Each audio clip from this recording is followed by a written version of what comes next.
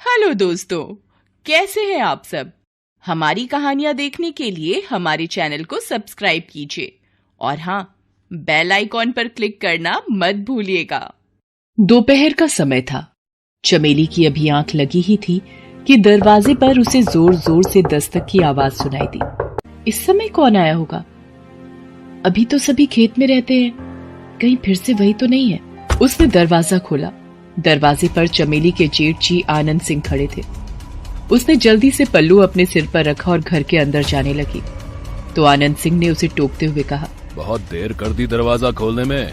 आनंद सिंह ने जैसे ही ये बात बोली, उसके मुंह से शराब की दुर्गंध निकलकर चमेली की नाक से टकराई। चमेली ने साड़ी के पल्लू से अपनी नाक बंद की और आनंद सिंह के सवाल का जवाब देते हुए उसने कहा, जी वो आंख लग गई थी तो सो गई थी। अरे हमारे रहते हुए अकेली सो गई, बहुत नाइंसाफी है ये कहकर शराब के नशे में धुत आनंद सिंह ने चमेली का हाथ पकड़ लिया और उसे अपनी ओर खींच लिया। ये आप क्या कर रहे हैं? अरे छोड़ने के लिए थोड़े ही पकड़ा है तुझे, प्यार करने के लिए पकड़ा है। छोड़िए मुझे। ये कहकर आनंद सिंह ने चमेली को गले लगाने की कोशिश की, लेकिन चमेली ने एक जोरदार चाटा अपने जेठ के मुंह पर मार दिया। आनंद सिंह का चेहरा उस झन्नाटेदार थप्पड़ से लाल हो गया। नशा और गुस्सा दोनों उस पर हावी हो गया। तुमने मुझे थप्पड़ मारा? मुझे? तुम्हारी इतनी हिम्मत? रुक, मैं तुझे अभी बताता हूँ। ये कहकर उसने भी एक जोरदार तमाचा चमेली को मार दिया। चमेली दूर जा गिरी। उसका सिर दीवार से लगा और उससे खून बहने लगा। उसी समय चमेली का पति हेत सिंह वहां आ गया। उसने चमेली को नीचे गिरा देखा और उसके पास आया और उसके सामने उछलते हुए बच्चे की तरह कहने लगा, चमेली गिर गई, चमेली गिर गई, चमेली गिर गई।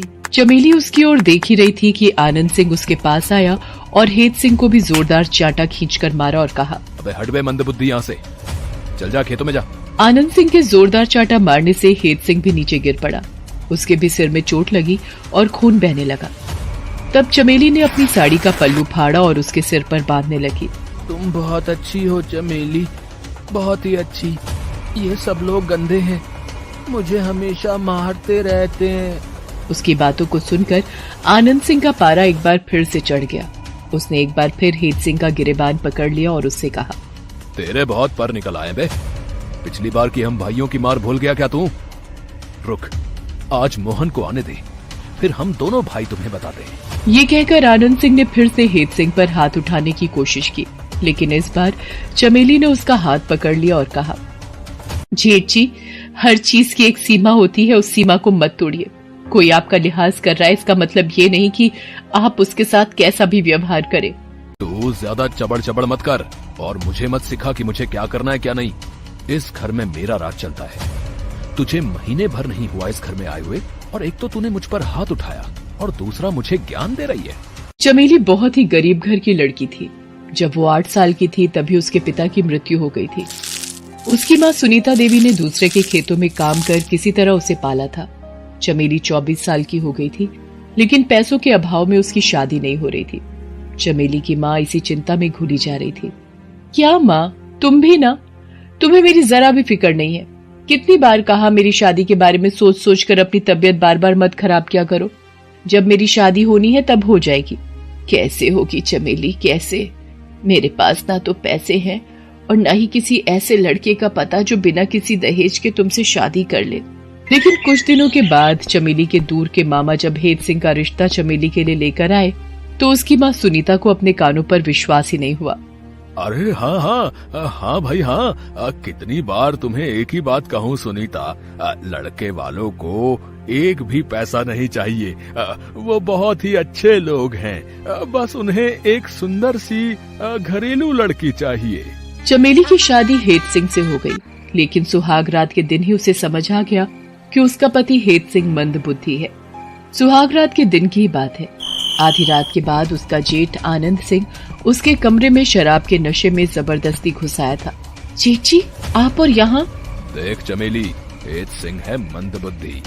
वो तुझे वो प्यार नहीं दे पाएगा जो मैं दूंगा, इसलिए समझदारी इसी में है कि तू मंदबुद्धि मत बन और मेरा प्यार समेट ले।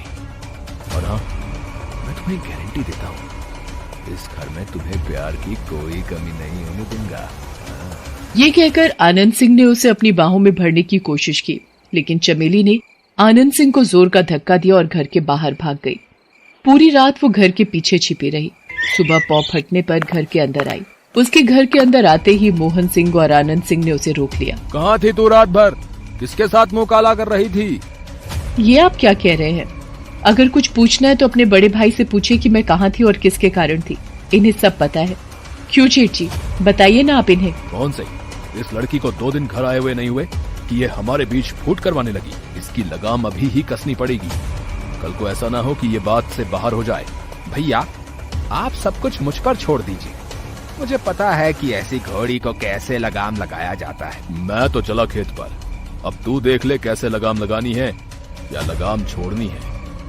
अपने बड़े भाई के खेत पर जाते ही आनंद सिंह भूखी नजरों से चमेली की ओर देखने लगा और उसने चमेली से कहा, मेरे मंद बुद्धि भाई ने क्या किस्मत पाई है जो उसे तुम्हारी जैसी बीवी मिली। इतनी खूबसूरत, इतनी हसीन, इतनी गोरी। मेरा तो मन ही डोल गया है तुझे देखकर। ये कहकर उसने भी चमेली को अपनी बाहों में भरने की कोशिश की।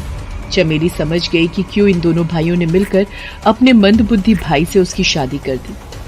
मोहन सिंह उससे जबरदस्ती करना चाह रहा था, लेकिन चमेली ने बड़ा चाकू उठाया और उसकी ओर दिखाते हुए कहा, तुम लोग इंसान हो या राक्षस? अरे जरा भी शर्म तुम लोगों में नहीं है क्या? अपने भाई की बीवी पर बुरी नजर रखते हो। दूर हो मुझसे, नहीं तो पेट की सारी अंतड़ियां इसी चाकू से निकाल दूंगी। मोहन सिंह डर गया और उसने चमेली को छोड़ दिया, लेकिन दोनों भाई हमेशा मौके की तलाश में रहने लगे।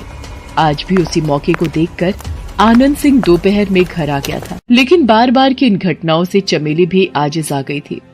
इसलिए उसने आज एक फैसला ले लिया और वो अपने पति को लेकर भागती हुई पुलिस स्टेशन पहुंची और इंस्पेक्टर रीमा को सारी बातें बताई। तुम बिल्कुल फिक्र मत करो चमेली, कानून तुम्हारे साथ है।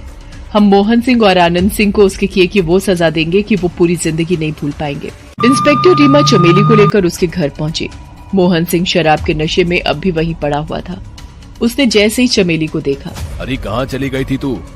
क्यों नहीं मेरी बात मान लेती? देख, मेरी बात मान ले और मजे कर। उसकी बात खत्म भी नहीं हुई थी कि इंस्पेक्टर रीमा का एक डंडा उसकी पीठ पर जोर से पड़ा। वो दर्द से तिलमिला गया। आनंद सिंह कराहता रहा और इंस्पेक्टर रीमा का डंडा उसके ऊपर बरसता रहा। थोड़ी देर बाद पुलिस के सिपाही मोहन सिंह को भी खेतों से पकड़ कर ले आए। इंस्पेक्टर रीमा ने उसका भी स्वागत डंडों से किया। अरे हमें माफ कर दो, हमें माफ कर दो, हमसे गलती हो गई है। तुम लोगों की गलती की माफी ही नहीं है। तुम लोगों को तो ऐसी सजा मिलनी चाहिए कि हर वो इंसान जो औरत को वस्तु समझता है, उसका शोषण करने की हमेशा ताक में रहता है, उसकी रूह कांप जाए। उन दोनों को जेल भेज दिया गया। मोहन सिंह और आनंद सिंह को 9 साल के कठोर कारावास की सजा सुनाई गई।